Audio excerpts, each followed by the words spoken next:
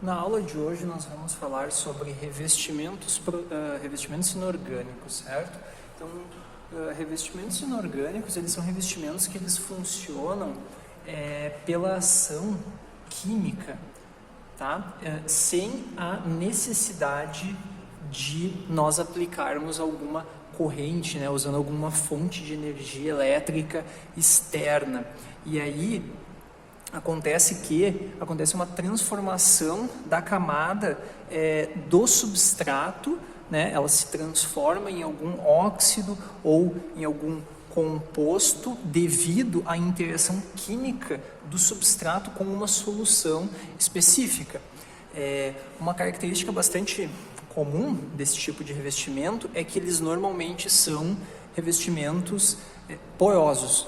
Então, eles muitas vezes são utilizados como função de pré-tratamento para algum outro revestimento que vem depois. Então, como por exemplo, a gente faz algum tipo de revestimento inorgânico, como fosfatização ou cromatização, que vai mudar as características da superfície e vai facilitar a ancoragem de tintas ou de óleo, né? E aí isso aí vai melhorar as características de proteção contra a corrosão ou outras características de lubrificação, de desgaste, né? Então esses revestimentos eles também são chamados de revestimentos de conversão, né?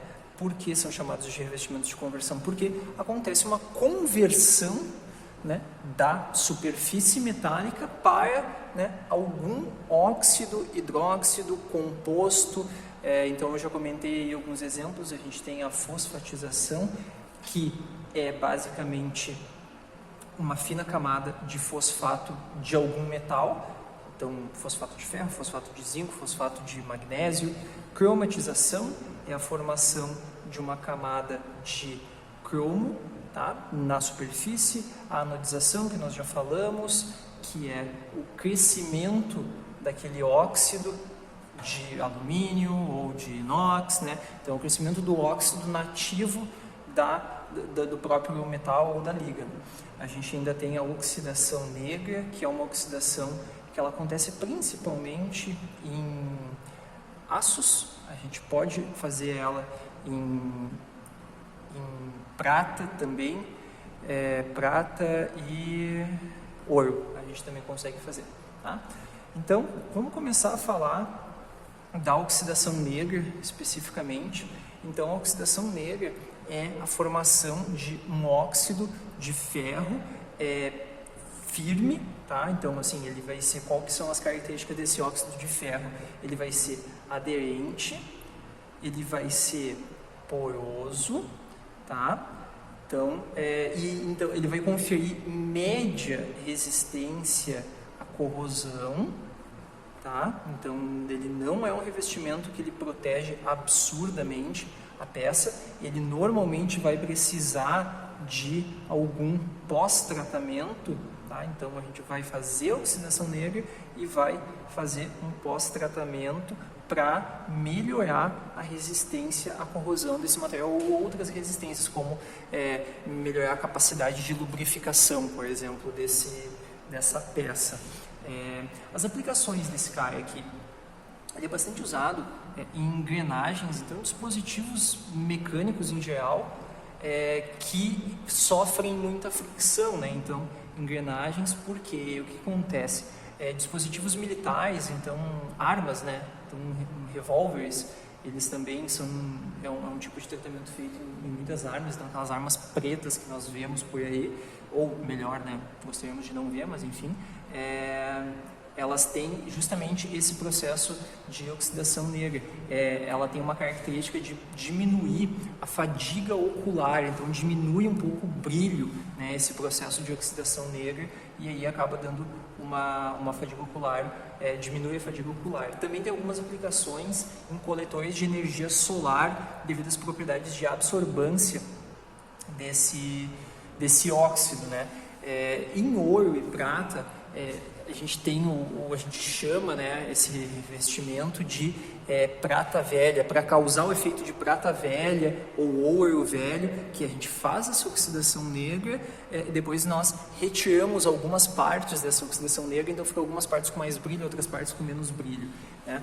Uma coisa interessante, uma característica interessante é que a oxidação negra não altera as características dimensionais, não altera as características dimensionais. Então, assim, mesmo dispositivos de alta precisão, ela não altera as dimensões. Então, por quê? Justamente aquilo que eu comentei. Acontece, a gente tem aqui, né, a peça, acontece uma transformação dessa superfície num óxido. Então, assim, a dimensão dela não vai mudar, acontece simplesmente uma transformação dessa camada superficial. E aí a gente pode usar ela, então, a gente pode fazer esse tratamento já em peças, né, acabadas. Eu comentei que tem que ser, essa peça, ela precisa, todas elas precisam sofrer um pós-tratamento de oleamento. Esse tratamento de oleamento nós fazemos o processo de oxidação negra, que eu já vou comentar como é realizada, e depois nós mergulhamos essa peça num banho de óleo, porque como esse revestimento ele é poroso, esse óleo vai entrar por dentro desses poros e vai ficar aprisionado. E isso vai melhorar muito a resistência à corrosão dessa peça e a capacidade de lubrificação dessa peça, né? Então, se for uma peça que fica, né, atritando muito, esse óleo vai diminuir o coeficiente de atrito, né? Então, é uma maneira bastante interessante de melhorar essa propriedade de lubrificação. Existem dois tipos de oxidação negra. Então, o primeiro tipo é o tratamento térmico, então, que assim, ele é bastante simples. Basicamente, nós vamos aquecer a peça a 400 graus dentro de um forno com atmosfera não controlada, ou seja, a atmosfera do ar. O que vai acontecer?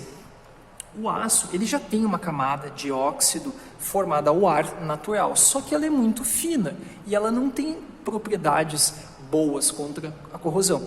Quando a gente aquece ela, esse óxido ele vai crescer de uma forma que ele vai se manter aderente, não vai ser quebradiço e vai conferir todas essas proteções. Depois disso, a gente aquece ela, a gente faz uma manutenção, né, em óleo a 340 graus, justamente para evitar que aconteça algum trincamento, né, desse óxido e tal. Depois é feito um resfriamento. Esse resfriamento também tem que ser controlado para não acontecer choque térmico de quebrar, porque o óxido ele tem um comportamento cerâmico.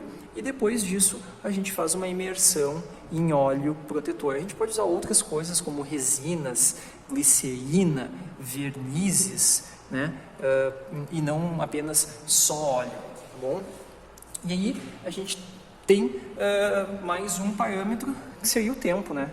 Que a gente vai manter essa peça, né, nessa condição. E aí o tempo vai definir o quê? O tamanho da camada. Então o tamanho da camada e aí o tamanho da camada ele vai influenciar na cor da peça. Então se a gente tiver camadas muito fininhas, essa camada vai ser amarela. Se ela for um pouquinho mais grossa, vai ser laranja, depois vermelho, depois violeta, depois azul escuro. Então quanto mais tempo nós deixamos, mais espessa fica essa camada e aí mais escura fica essa camada, tá? Essa camada ela tem como é que eu posso dizer, uma organização dos óxidos que estão presentes nela. Então não é simplesmente forma qualquer óxido em qualquer lugar. Acontece o seguinte, acontece uma camada interna, a camada mais próxima da superfície metálica é uma camada de wustita, tá? Que basicamente é FeO. Depois nós temos a magnetita, que vai ser Fe3O4, e depois nós temos a hematita, que vai ser Fe2O3. Então vamos só reparar na organização dessas camadas. Olha só, aqui nós temos ferro em abundância e aqui nós temos oxigênio em abundância, porque para cima é a atmosfera. Então, próximo do substrato do ferro, o que acontece? acontece a formação de um óxido mais rico em ferro, né? Então aqui a gente tem o óxido, ele é 50% ferro e 50% oxigênio. Aqui nós já temos uma proporção mais equilibrada entre ferro e oxigênio. Então a gente já tem um pouco mais de oxigênio do que ferro. E aí na última camada, é a camada mais próxima do ar, a gente vai ter o óxido, né, que tem mais oxigênio na sua composição. Então essa aqui é a formação, né, da camada de oxidação negra. O outro modo de fazer a oxidação negra é o método químico, que é nós mergulharmos a peça num banho químico onde vai acontecer esse mesmo efeito, essa oxidação controlada. Quais são os componentes, né, desse banho? Ele vai ser um componente, uma base forte, tá? Aí vai ter que ter algum agente oxidante, então normalmente NO2-, NO3-, e ativadores, então cianetos, então aí é uma coisa que a gente tem que tomar cuidado, né? A gente tem cianeto, a gente sempre tem que trabalhar em meios básicos. Por quê? Porque o cianeto, se ele combinar com o hidrogênio, ele forma, né, o gás cianídrico, que é extremamente mortal. Então toda vez que a gente usa coisas, né, que tem o cianeto, a gente tem que usar em meio básico, né? Então para evitar esse tipo de problema, que ele é totalmente mortal, né? Então ele é bastante prático esse uso aqui, só que existem alguns inconvenientes, que é o descarte dessas soluções aqui. Então a gente vai ter que ter uma questão de descarte que ela é onerosa, né? Existem custos, e ele normalmente é feito aquecido por questões cinéticas. Então, né, para a oxidação negra acontecer de forma mais rápida, a gente esquenta isso aqui, que também é um custo. Então aqui acaba sendo eventualmente às vezes mais demorado, função do forno e tal, mas a gente não tem que tratar, né, descarte de soluções químicas específicas. Então, o que nós tínhamos de oxidação negra por hoje era isso.